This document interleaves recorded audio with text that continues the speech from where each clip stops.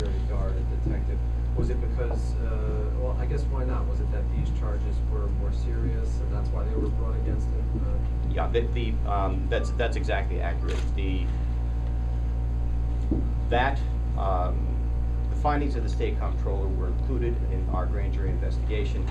They went into the matrix of the employment overcharges that he had in all of his employers. We frankly found that there was no, I didn't see the benefit of adding a lesser felony charge on that issue. We felt the more serious charge was the grand larceny in the third degree with regard to the savings bank. It certainly was not an indication that we disagreed with the comptroller's findings. And when you put together that matrix, was there overlapping hours as a detective and a school security guard that Yes. went back further, significantly? When you say went back further, I answered. Well, I think the comptroller's office only covered an 09 to 010 span. Was there more of that going back, and how much? I don't think, John, I don't think we went back with this Kingston School District prior to the state comptroller, although Mayor, you might be able to answer that. Mr. Toohey, the city comptroller has been very helpful in this matter. He's provided a lot of information to us. I'm sorry, I don't know from here exactly the date we went back to comparing. Do you know? I don't have the exact date, but that investigation is still ongoing. The New York State Comptroller is still here. I had requested a specific review of the entire police department once this information became available to us. With particular to this incident, I don't have the exact date, but we continue to work with the Comptroller's office to have a comprehensive review complete. And I assume that means you haven't found any double dipping, quote unquote, going back with the other 12 or 13 officers that were also working in both duties, right? I don't have that information. One, it's not complete. Okay. Is this going to change the way that you record the employees in the police department? It already has. First, let me just say I want to thank Holley in the district attorney's office, and I want to thank his staff. This is a difficult day for Kingston. It's a sad day for Kingston, for all of Ulster County. But it is a process that we must go through. I want to, just basically state that we will continue to offer our cooperation with every agency that continues to review the records. John Toohey, our city comptroller, has really done an outstanding job in assisting with the various agencies. And we will continue to play that role, to do what it is we have to do, so that we can eventually get this behind us and start rebuilding the Kingston Police Department, start rebuilding the trust of the public to within the Kingston Police Department. It's a very difficult time right now. Our officers work very hard, and our police department certainly should not be judged on the actions of one or two or whatever number of individuals finally are brought to light here. But they're under a stress right now. They continue to work very hard. They continue to provide the necessary protection for the City of Kingston residents and Ulster County residents, and we will continue to stay focused on that mission. In addressing some of the questions that the press had asked here today with regard to changes that have been made, I want to assure the public that we continue to assess how we do business there within the City of Kingston, what additional safeguards can be put in place so that we can avoid this ever happening again.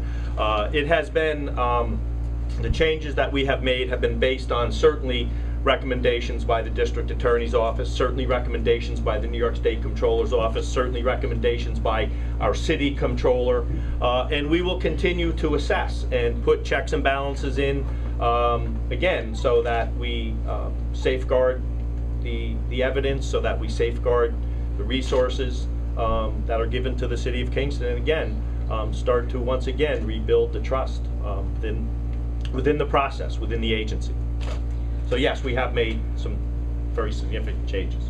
Excuse me. I was wondering if somebody could go over the numbers. I think that's one thing that I just need some clarification on. I know there was over $200,000. If we could just summarize the amounts and where where they were taken from? Yes. Thank you. The grand jury found that with regard to the city of Kingston, the victim is the city of Kingston, that the sums totaled approximately $130,000. And with regard to his association with the urgent task force, where the county would have been the victim, the sums were $79,000.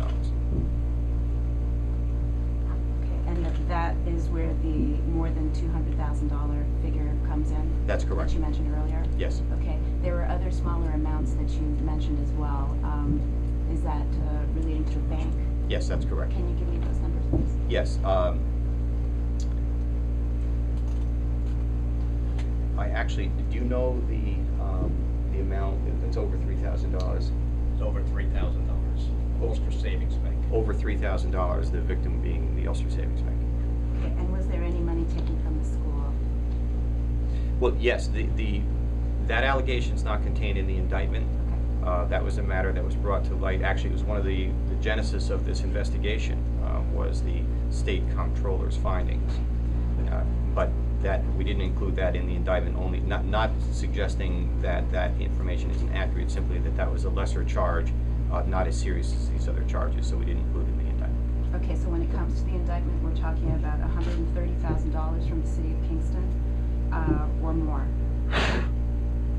Is it approximately? Approximately $130,000 from the city of Kingston. $79,000 from the county through urgent drug task force, Correct. and more than $300,000. No, 3,000 Excuse me, 3,000 from the Ulster Savings Bank. from the Ulster Savings Bank. Is there any other source, any more money when it comes to these or this indictment?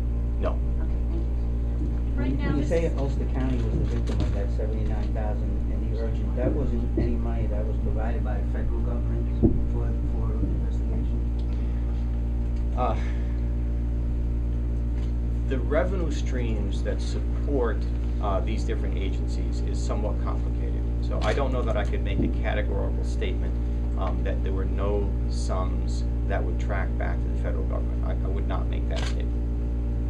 And you're saying this is a sole act of Mr. Matthews. Are there thoughts that anyone else might have been dipping? No, our investigation did not lead us to find that any other individual was complicit in these steps. In the time span that you're talking about, though, there was not any indication at any point that Mr. Matthews had mentioned this, or anybody had any inkling that this might have been taking place, and even dating back to 2002? That's correct. Oh, it strikes me, a lot of the things he took, so buy money and seizure money, we're dealing in cash almost exclusively here. Did that make it harder for you guys to audit and him easier to steal? I mean, can you talk to us about that a little bit? Well, in a word, the answer is yes. I want to be careful not to discuss specific evidentiary matters, but clearly the cash is a problem for police agencies. We don't like it.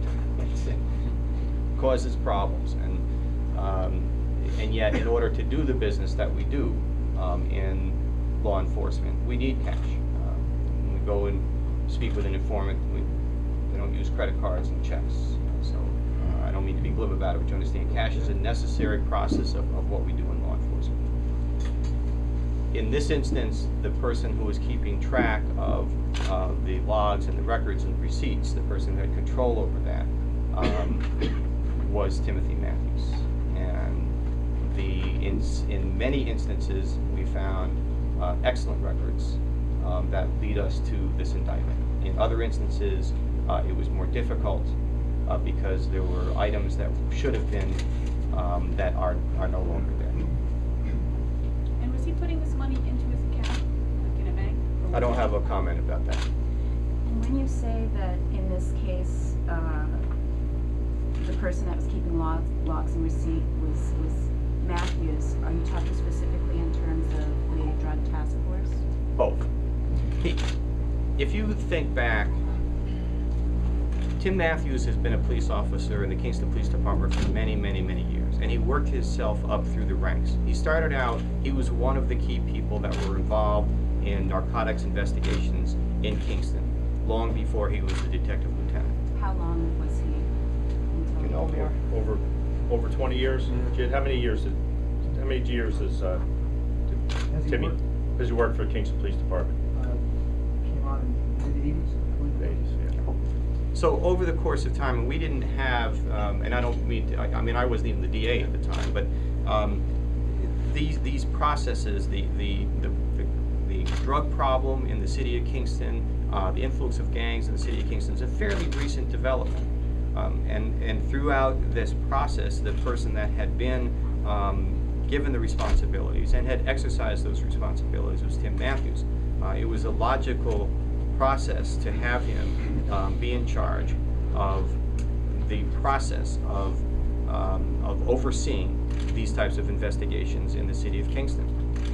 And it was certainly because the city of Kingston is the, I won't say the only focus, but certainly a primary focus of the Urgent Task Force, it's only logical that you would bring in a person who was in charge at the city of Kingston, who had that knowledge, who had that expertise, and bring him into the Urgent Task Force and give him the similar responsibilities. So it's easy for us to sit in this room and look backwards and say, well, you should have done this and you should have done that, and clearly the conclusions that we have drawn is that yes, there are oversights that should have been put in place. That's looking backwards. Looking forward, there are oversights that are in place right now, and the bottom line is that Tim Matthews turned out to be a thief.